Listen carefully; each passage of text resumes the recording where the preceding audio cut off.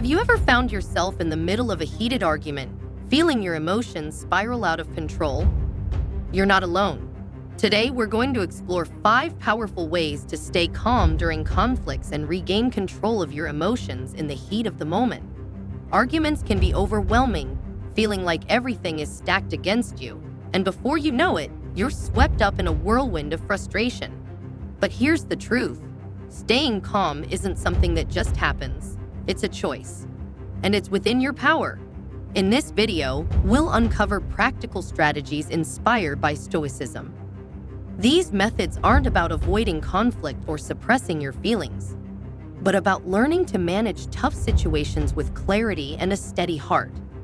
No complicated hacks or deep meditations, just small changes that can make a huge difference in how you handle disagreements. Before we dive in, make sure to subscribe and hit the notification bell so you never miss more tips on emotional control. Ready to take control of your reactions? Let's jump in. Chapter 1. Understand that staying calm is a choice. Arguments have a way of pulling you into chaos without you even realizing it. Your heart races, your palms sweat, and your words spill out uncontrollably. In these moments, it can feel like you're at the mercy of your emotions. But here's the reality. Staying calm is a choice. Think of emotions in an argument like waves in the ocean. When a storm hits, the waves rise high and crash powerfully, but beneath the surface, there's calm. Stoicism teaches us that while external forces can stir the waters, we have the power to anchor ourselves. As Marcus Aurelius said, you have power over your mind, not outside events. When you recognize this, you find strength. And that strength begins when you realize that you don't need to fight the waves, you just need to let them pass. The science behind this is simple. When we face conflict, our fight or flight response kicks in, flooding our brain with adrenaline and narrowing our focus. This was designed to protect us from physical danger, not from verbal disagreements. And it often turns a simple misunderstanding into an emotional battleground. Pause for a moment to break the cycle. Try this simple technique to reclaim your calm. Take a deep breath. Inhale for 4 counts, hold for 4, and exhale for 4. This act tells your brain you're safe, helping you regain control. Then ask yourself, what truly matters right now? This shifts your focus from winning the argument to staying grounded. Another helpful technique is to imagine viewing the argument from an outsider's perspective, like you're watching it between 2 strangers. This lets you see what's fueling the conflict and realize that reacting impulsively will only make things worse. It gives you the ability to respond thoughtfully rather than emotionally. Remember, staying calm isn't about suppressing your feelings. It's about pausing long enough to let the storm pass. And with practice, you'll start seeing arguments not as threats, but as opportunities to strengthen your emotional control. Chapter 2. The power of listening over speaking. Arguments often feel like a contest to see who can speak the loudest or defend their point the quickest. But what if the secret to staying calm wasn't about speaking at all? What if the real power came from listening? Most of us don't realize it, but arguments escalate when both sides are too busy planning their next rebuttal instead of truly understanding each other. Silence, when intentional, isn't weakness. It's a strategy. When emotions run high, the natural impulse is to interrupt or rush to defend yourself. It feels urgent, like if you don't speak right now, you'll lose ground. But interrupting only fuels the fire. It signals you're not listening, making the other person feel unheard and frustrated. On the other hand, listening de-escalates tension, diffuses anger, and often provides insight into what the argument is really about. Think of an argument as a dance. You can't move smoothly if you're too focused on your next step. Instead, stay present and tune into your partner's rhythm. Listening works the same way. It helps you understand the emotions and needs behind the other person's words. To practice this, try reflective listening. This means summarizing what the other person has said to show you understand. For example, someone says, "You never consider my opinion." Instead of defending yourself, respond with, "It sounds like you feel I don't value your input. Am I right?" This shift changes the tone of the conversation, showing you're trying to understand rather than react, which often softens the other person's stance. Remember, Stoicism teaches us to control our impulses. Marcus Aurelius wrote, "Most of what we say and do is not essential." When you listen first, you're not giving up your power, you're using it wisely. Chapter 3. See arguments as collaboration. Arguments often feel like a battle where one person wins and the other loses, especially when emotions run high. But what if an argument didn't have to be a battlefield? What if you and the other person could work together toward a solution? The me versus you mentality fuels most arguments. Each person feels attacked, becomes defensive, and tries to prove their point. But if the goal is to solve a problem, does it really matter who's right? Arguments shouldn't be about winning. They should be about understanding. Marcus Aurelius once said, "Be tolerant with others and strict with yourself." This reminds us that true strength lies in bridging gaps, not widening them. Think of an argument as a boat caught in rough waters.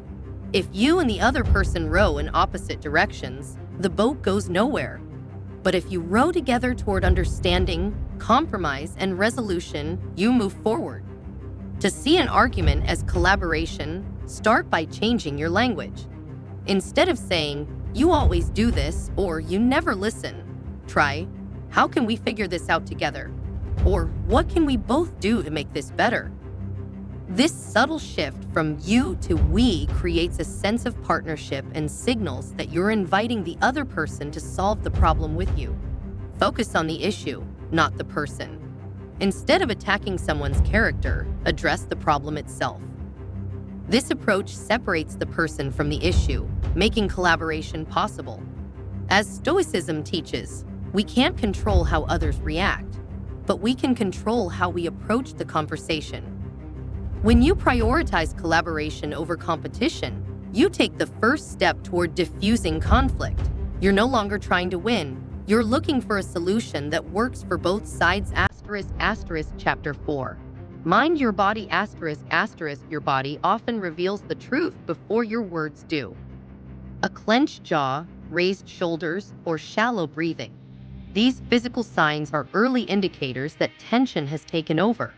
In an argument, your body and mind are closely connected. If your body is tense, your mind follows, amplifying emotions like anger and defensiveness. But when you calm your body, your mind settles too. Think of your body as the steering wheel of your emotions.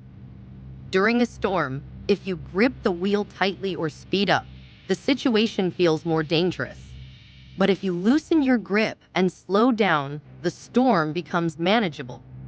Stoicism teaches us the power of controlling our external reactions to maintain inner peace. Marcus Aurelius said, "You have power over your mind, not outside events." Realizing this gives you strength. Mastering your body is key to managing conflict. Start with your breath. It's simple but powerful. When tension rises, inhale deeply through your nose for 4 counts, hold for 4, and exhale slowly through your mouth for 6. Repeat this a few times. This helps activate your parasympathetic nervous system, signaling your body to relax and reducing anger and anxiety. Also, scan your body for signs of tension. Are your shoulders creeping up, fists clenching, or muscles stiffening? Relax them. Drop your shoulders, unclench your jaw, and open your hands. These small adjustments tell your brain there's no threat. Your posture matters too. Crossed arms or leaning forward aggressively can escalate tension. Instead, keep your arms relaxed, maintain soft eye contact, and adopt an open, non-threatening stance. This signals calmness and can help de-escalate the situation. Tone of voice is another powerful tool.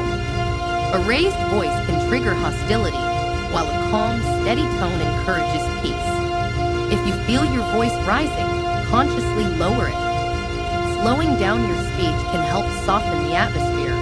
By controlling your body, breathing deeply, releasing tension, adopting open posture, and softening your tone, you regain control.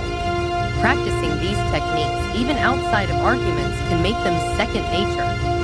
Stoicism teaches that true strength lies in self-control. By mastering your physical state, you create the conditions for emotional clarity. When your body is calm, your mind is too, and you can face any argument with grace and composure. Chapter 5. Let go of the need to win. Winning feels good, right? That rush when you prove your point or land the perfect comeback. But the truth is, winning an argument often costs more than it's worth. The desire to win can harm the very thing you're trying to protect: peace, understanding, and connection. Most conflicts stem from ego, the need to protect yourself or avoid feeling wrong. Winning can blind you to the bigger picture. Ask yourself, what's the cost of being right? Does winning strengthen your relationship or create distance? Marcus Aurelius wisely said, "How much more grievous are the consequences of anger than the causes of it?" The damage done during an argument often outweighs whatever started it. Letting go of the need to win doesn't mean surrendering or agreeing with something you don't believe in. It means shifting focus from dominating the conversation to understanding it. Think of an argument as a fire. Feeding it with ego-driven responses only makes it bigger. But if you pause, step back, and let the flames die down, the fire eventually extinguishes itself. Practice humility by recognizing your perspective isn't the only one. Ask yourself, am I missing something? This creates space for empathy, which is key to resolving conflicts. Another tool is saying, "You might be right." This doesn't mean conceding defeat, but rather opening the door for a more collaborative conversation.